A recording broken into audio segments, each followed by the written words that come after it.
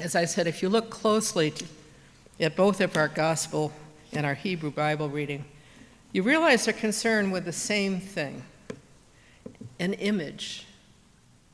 In the gospel we just read, the whole issue of an image is what the Pharisees are trying to trip Jesus up with. Trying to make Jesus say something negative about the emperor, maybe to tell people they shouldn't pay their taxes. But Jesus knows all about their scheming ways. He tells them to show him a coin and asks whose image is on the coin.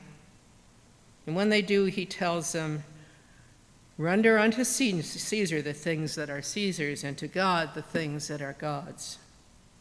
In other words, there are realities about our lives that makes it necessary to have money, make money, and pay money, and contribute money. But we must never make money our God. That image.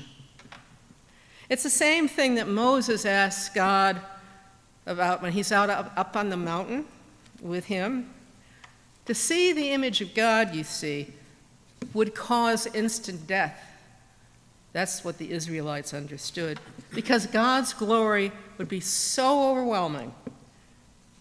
Moses asked to see God's face so the people would know that Moses had God's favor and follow him.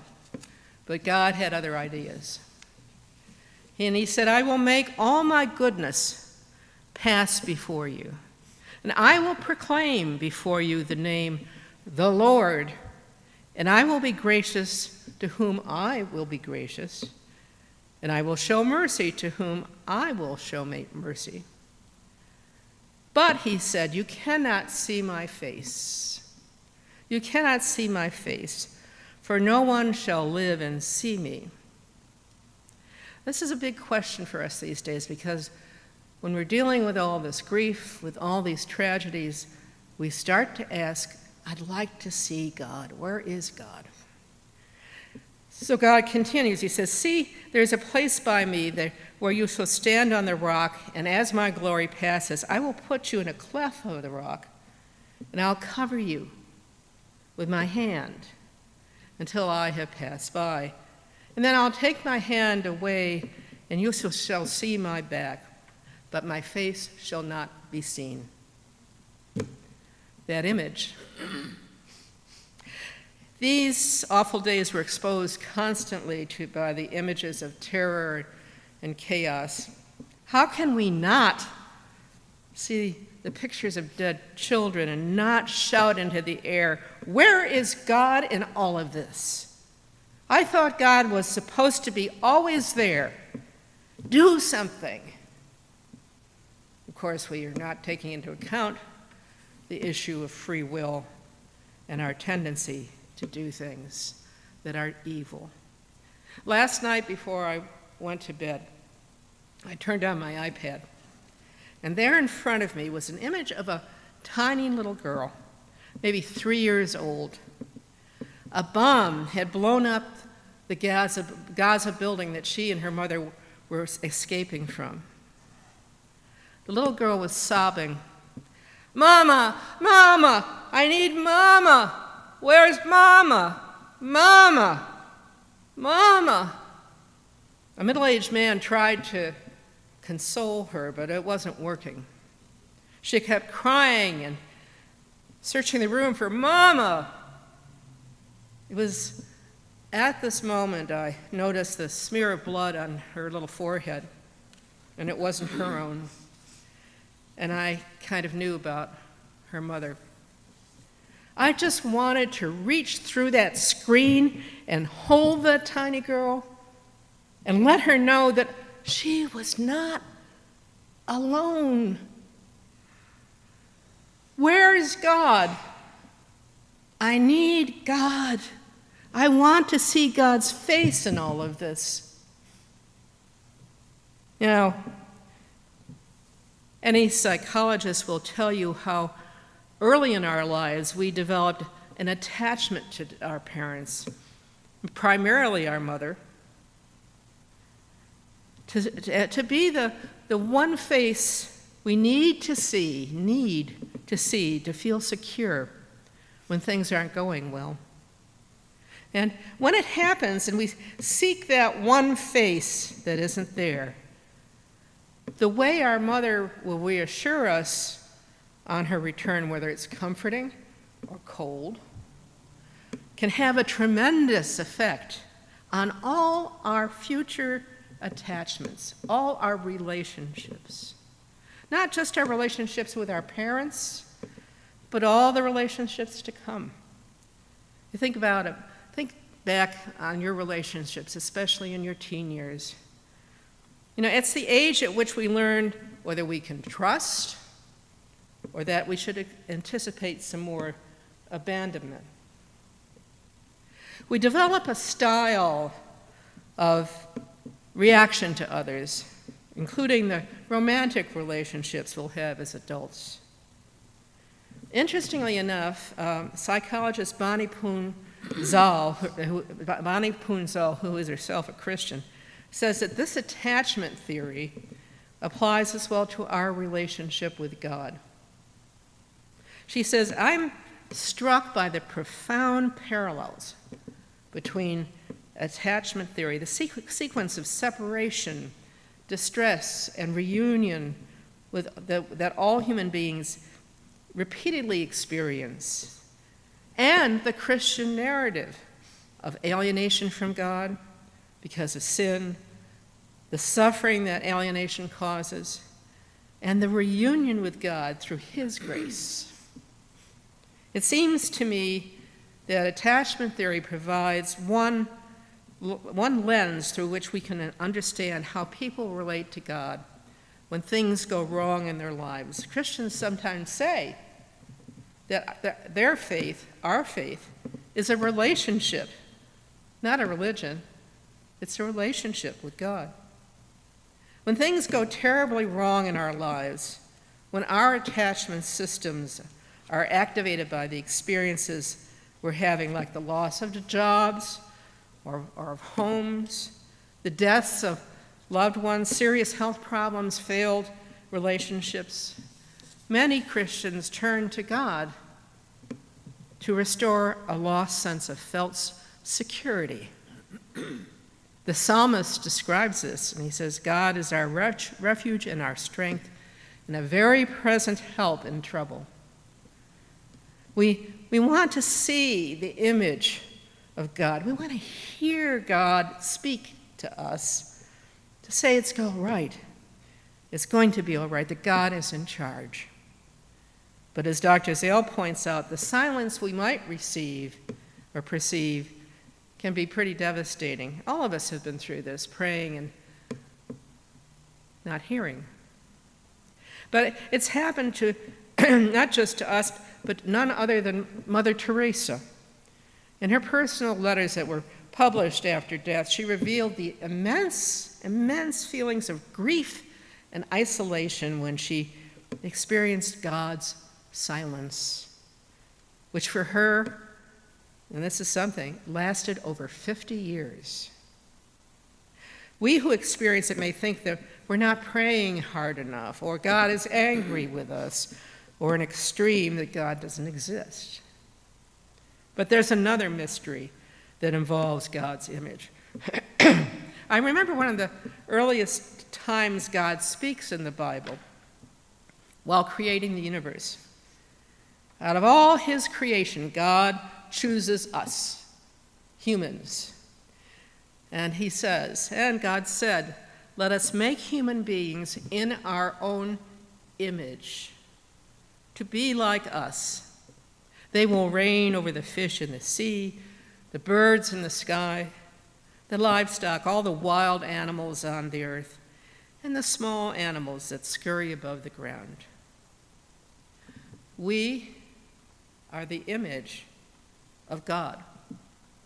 And as the chapters of the Bible go forward, we might notice that God recedes in His activity, visual activity with us.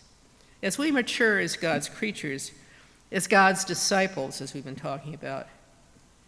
A wonderful author, Richard Elliott Friedman, wrote a book called The Disappearance of God. a divine mystery.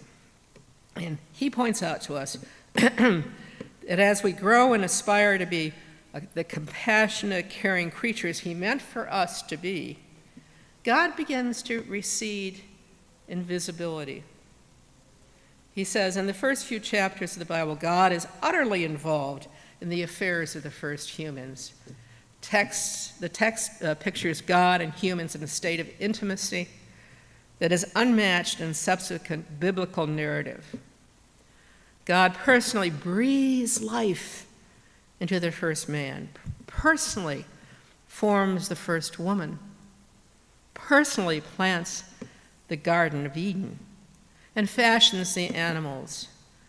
God personally walks in the garden, and the humans hear the sound, and God speaks familiarly to the humans in conversation.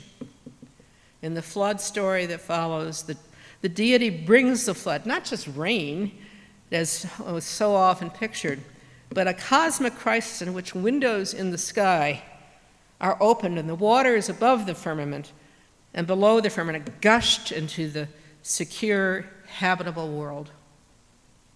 Afterward, God enters into a covenant with all creatures.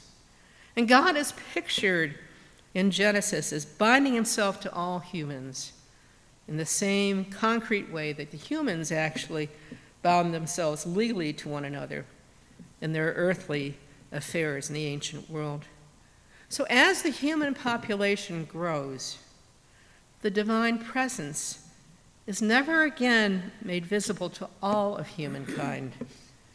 The Bible begins, as nearly everybody knows, with a world in which God is actively and visibly involved. But it does not end that way. Gradually, through the course of the Hebrew Bible, God appears less and less to humans, speaks less and less. Miracles, angels, and the deity and all other signs of divine presence become rarer, and they finally cease. In the last portions of the Hebrew Bible, God is not present in the well-known apparent ways of the earlier books. Among God's last words to Moses, God says, "I shall hide my face from them. I shall see what their end will be." But when God decides that the Word will become flesh, he does so by becoming a baby, like that little toddler, who will cry and who will learn to trust. And as Jesus matures and tells us the kind of human beings that God wants us to be, that we must become, he has a truly human experience. As Dr. Zal says, there's something awesome and wonderful in how God entered the world as a baby who no doubt formed an attachment with his parents and grew to have strong friendships with his disciples. And there's something terribly human in the fact that on the cross, he was abandoned by his closest friends and completely separated from his own Father. It means that Jesus Christ knows, not by doctrine, but by experience, the joy, love, fear, pain, anger, and sorrow that accompany our relationships. It means that when we feel abandoned by God, God himself understands. It was from the pain we all know too well that when we're experiencing the loneliness of terrible times in our lives or in the suffering world, that we understand the reason that the crucified Jesus, when he speaks from the cross, did not pray the 23rd Psalm, "The Lord is my shepherd." He prayed the 22nd Psalm, my God, why have you forsaken me?" So, when we, created in God's own image, go forth to seek the face of God in these hard times, perhaps we need to start we're going and to look in a mirror. Reverend Russell Mays says the guarantee of our faith is not freedom from pain when we're Christians, but companionship.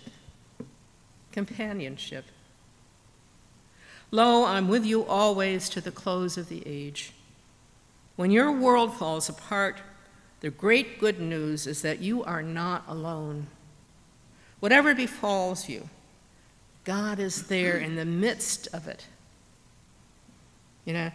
Know this, you don't weep alone.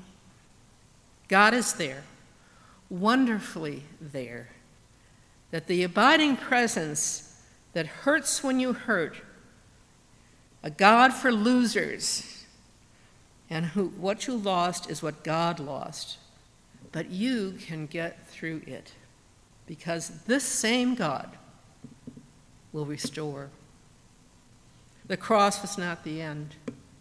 The despair was real, but temporary. After the cross came the bright light of Easter, and so it will be for you. Believe it. Amen.